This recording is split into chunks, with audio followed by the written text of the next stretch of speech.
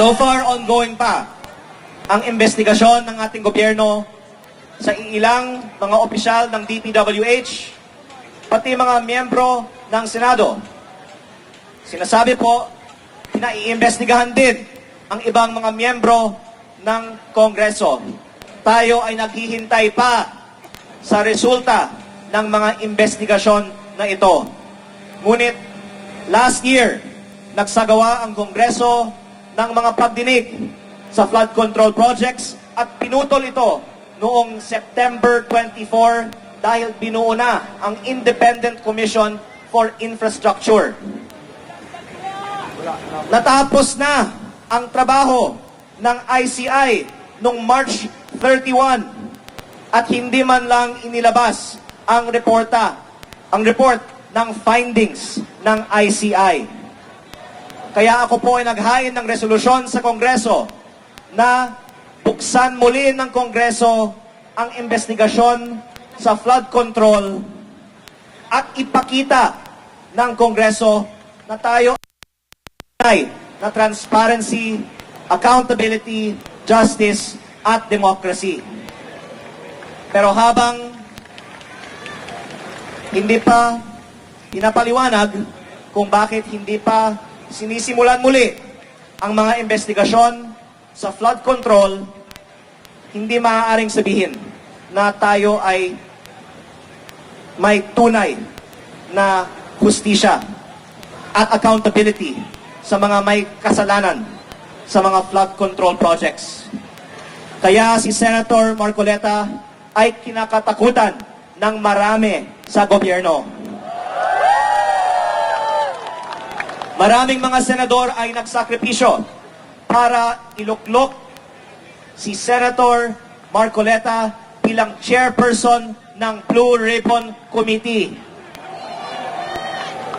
Nagkaroon ng pagdinig ang Senate Blue Ribbon Committee at agad pinaputol ang mga pagdinig na ito dahil ayaw tila ng iba na lumabas ang katotohanan at dinedenay ang mga aligasyon ng mga tumetestigo ng mga delivery ng mga mali-maletang pera sa ibang mga miyembro ng gobyerno, pati na rin ang mismong mga dapat magpa-imbestiga sa flood control at sa iba pang mga anomalya sa gobyerno.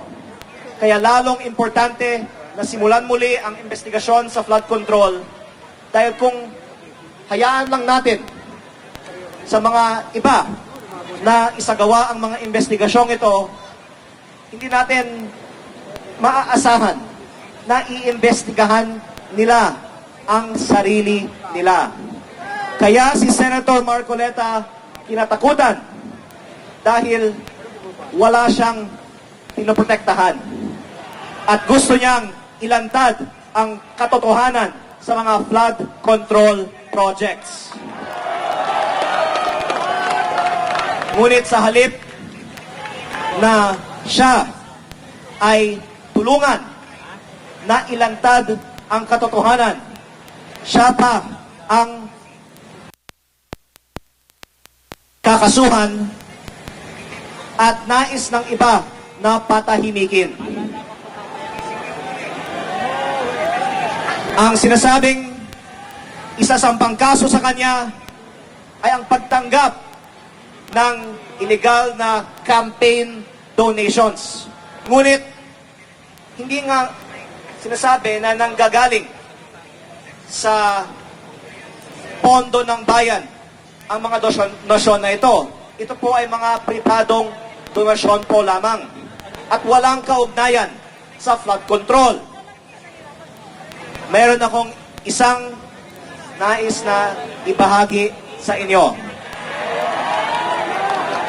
Maraming mga miyembro ng Kongreso at Senado ay nakatanggap ng mga campaign donations mula sa mga DPWH contractors na nagsagawa ng mga maanomalyang flood control projects. Literal na ang mga kampanya ng ibang mga nakaupo ngayon ay pinondohan ng flood control. Ngunit sila pa ang nagpapaimbestiga sa mga anomalya ng gobyerno. Kasali na ang kanilang mga aligasyon sa mga katulad ni Senator Marcoleta dahil ayaw nila na sila ang imbestigahan.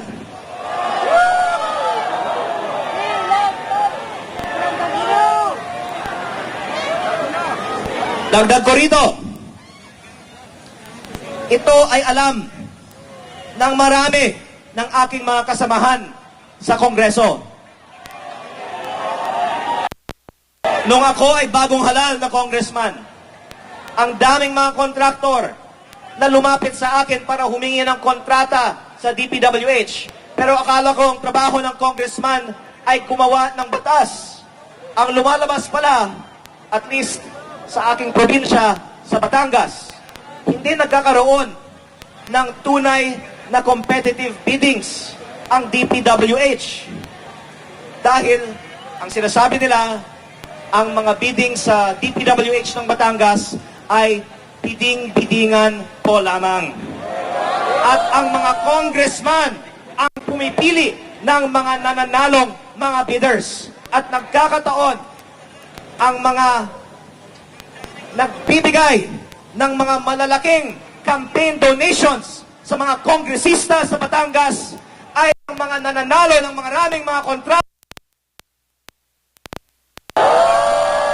Meron mo tayong nakitang congressman na nakasuhan na para sa mga donasyon ng mga kontraktor ng DPWH. Kaya ako po ay may munting kahilingan. Hayaan ng Kongreso paimbestigahan ang mga campaign donations ng lahat ng mga miyembro ng Kongreso na nanggaling sa mga kontraktor ng DPWH. At tapusin natin ito bago tayo mag-judge o mag-allege ng anuman kay Senator Dante Marcoleta.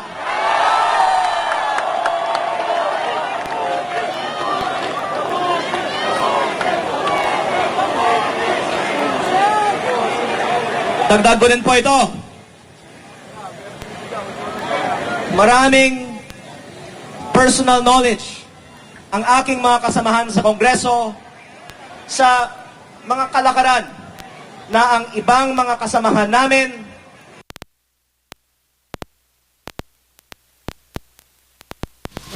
ito sa budget ng DPWH at sila din ang mga kontraktor ng mga naturang mga proyekto.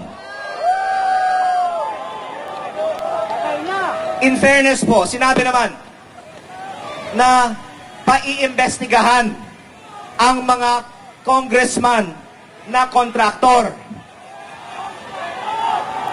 Pero ang sinabi din ng iba, hindi lang naman 8 ang mga congressman na kontraktor. Sinabi ng iba, mahigit 20% ng Kongreso ay mga DPWH contractors. Sila ba ay makakasuhan kaya bago kakasuhan si Senator Marcoleta?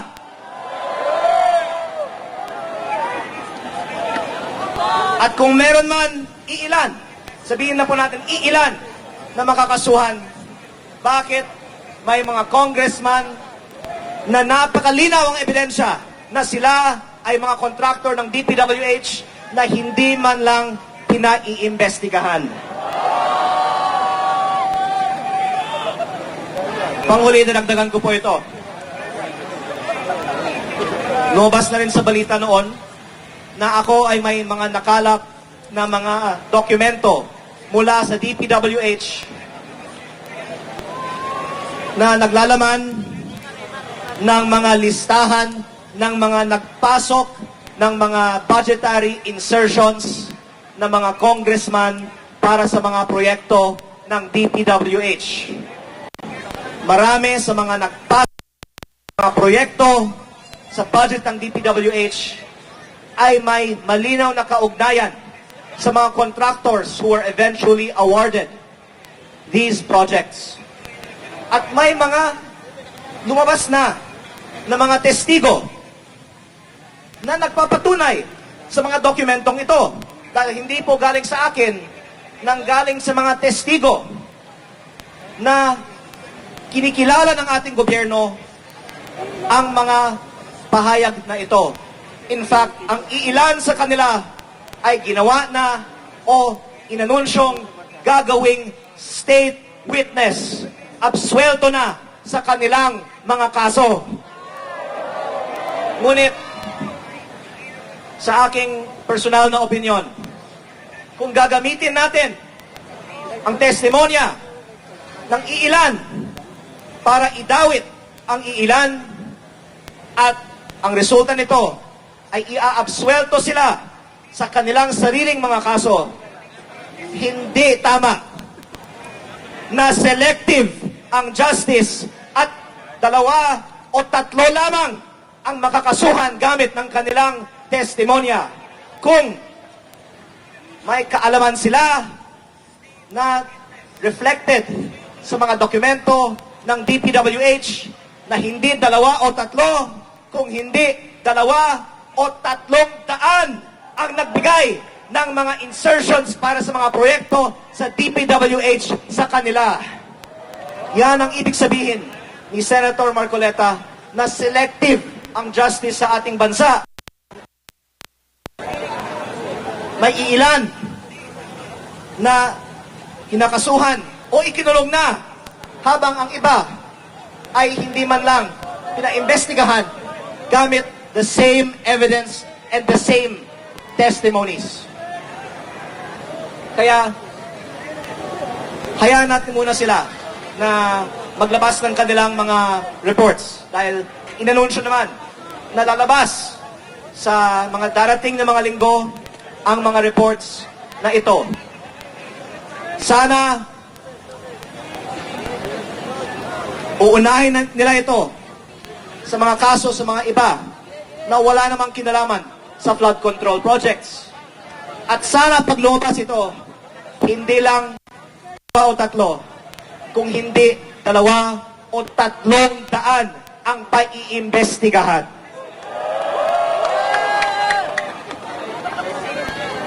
Yan ang kahalagaan ng ipinaglalaban ni Senator Marcoleta at lahat ng iba nating mga kasama dito ngayong araw.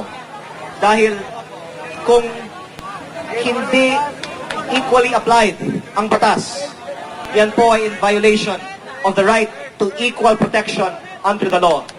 Yan po ay violation sa mga prinsipyo ng transparency, accountability, justice, at democracy na dapat pinaglalaban ng lahat ng mga miyembro ng Kongreso. Kaya, pangwakas, meron na po akong suggestion. Dahil naghain ako ng resolusyon na simulan muli ng Kongreso ang investigasyon sa mga flood control projects. At tayo dito ngayon ay nagmumula sa lahat ng mga probinsya sa Luzon, Visayas at Mindanao. Una, hikayatin natin ang ating mga congressman na makiisa sa mga panawagan ng ating pagtitipon ngayong araw.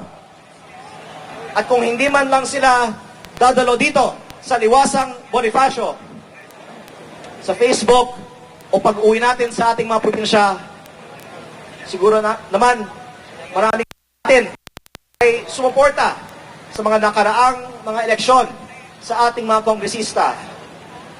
Hikayatin natin sila na sumuporta sa pagbubukas muli ng investigasyon ng mga flood control projects ng mga miyembro ng Kongreso at magtulungan para ilantad ang katotohanan, sino ang nakinabang sa mga flood control projects, kahit ang ating mga kasamahan sa Kongreso ay madadawit dito. At kung sila ay may kaalaman tungkol sa mga bagay na ito, sana sila mismo ay maglalantad nito. At para sa mga marami pang iba na mga kasalukuyan o dating miyembro, hindi lamang ng Kongreso at Senado, pati na rin ng ehekutibo at ng kabinete na may kaalaman tungkol sa mga anomalous flood control projects, sana makikita nila ang dami ng mga tao dito ngayon sa Liwasang Bonifacio at ang lakas ng suporta ng taong bayan para sa paglalantad ng katotohanan, para ma-encourage din sila na ilantad ang katotohanan. Kaya bigyan natin sila ng konting panahon na mag-isip kung nais nila ilantad ang katotohanan themselves, at kung nais nilang unahin ang mga flood control investigations kaysa sa mga investigations sa iba. Pero kung